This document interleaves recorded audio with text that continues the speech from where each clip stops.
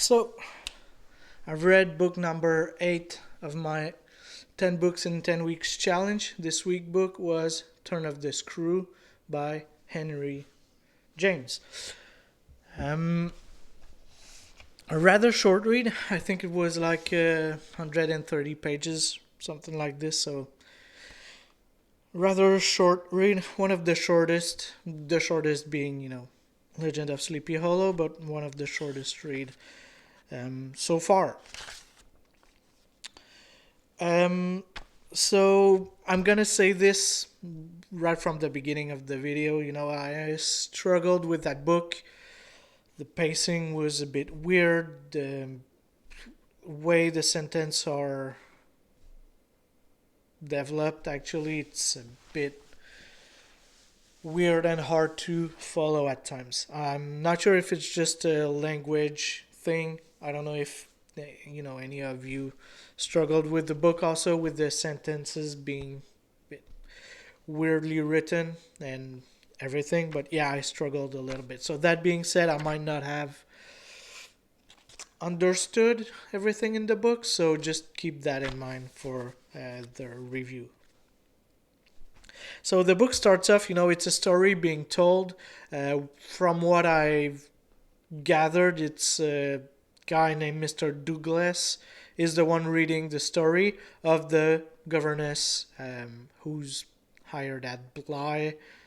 We never know if it's a manor or a house, a castle.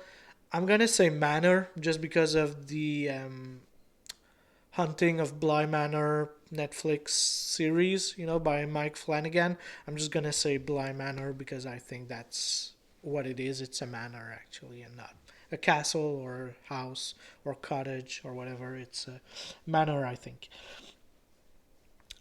So yeah, it's told by Mr. Douglas is kind of telling that story that he's actually reading a story that the governess who's hired at Bly Manor is not writing but has written.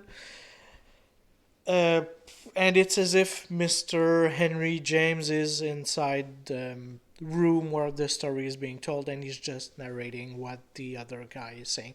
I liked that part. I wish that it would come back near the end of the book, but it doesn't. So I don't really understand all the setup and I don't get why not just start with the story of the governess altogether if you're not too, follow on with that. But more on that a bit later. So, the main story is, that governess is hired. She's gonna take care of the scholarship of two children. So Flora and Miles. Flora is the little girl. I don't know her age. I don't think it's mentioned in the book.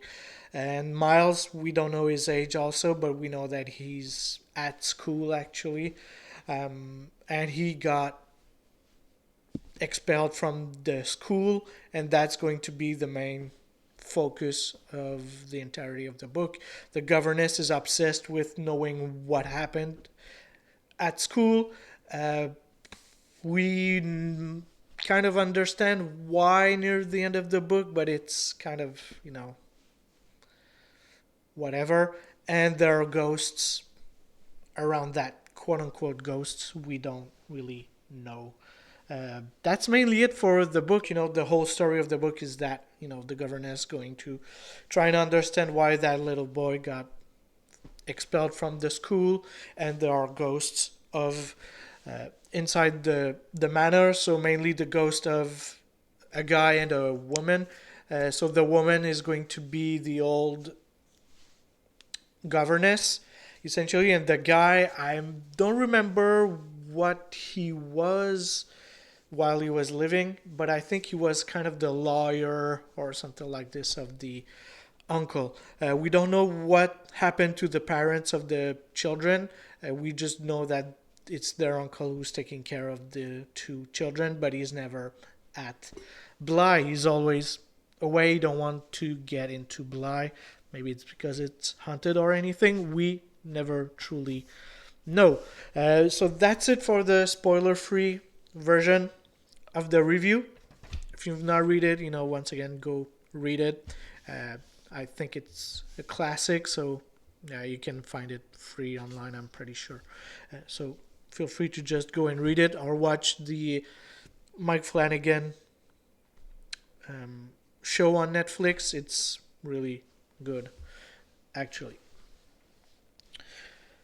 Um, so yeah, on with the spoilers. The way the book is written is vague, and that's kind of on purpose. You never know if the ghosts are real or if the governess is just, I don't want to say insane, but imagining things, imagining, imagining stuff.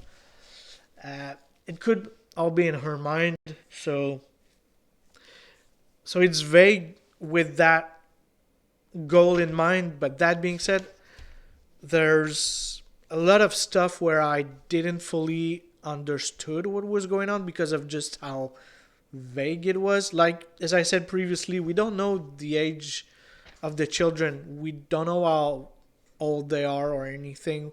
This story is mainly about four different persons, but mainly like two persons within the maids of the house. So the governess and I guess the main maid, I don't know, Mrs. Gross. Uh, but yeah, there's like 20 other people and they're kind of never mentioned really, and they're not really important. Uh, which I guess maybe just don't mention that there's other people. We'll figure it out or whatever. But yeah. So both children are described as being kind of these angelic kids, like more than perfect and everything. But the governess is kind of thinking that it's all a facade and that they are kind of not necessarily evil, but not that good actually. Um, so yeah, the two main ghosts, as I said, Quint, who's the guy who was the lawyer, I think, or something like this, and then Jessie, who was the old governess, and she's gonna be the Lady of the Lake. So if you've watched the Mike Flanagan Tully series, not yeah, Mike Flanagan Netflix series, it's yeah, she's the Lady of the Lake essentially. I like that Mr. Flanagan changed that to something else entirely. Uh, so the book isn't really scary, unfortunately, because mainly, of how vague everything is. There's not much thing being described in the book. And yeah, I just think that it suffers a little bit of that, being too vague. It could have benefited with some meat here and there, if you know what I mean. There's this, like, just knowing that it's a manor or a castle or a house, it would have made just that bit difference. Just know how big the mansion is. We never truly know. Near the end, we know that there's a lot of empty rooms that are never used and that some of the maids never seen before or been to or whatever. But yeah, so we're kind of guessing near the end. Okay, so it's a big house, small mansion. We don't really know. So just one of these things. But there are actually two different scenes that I really enjoy though.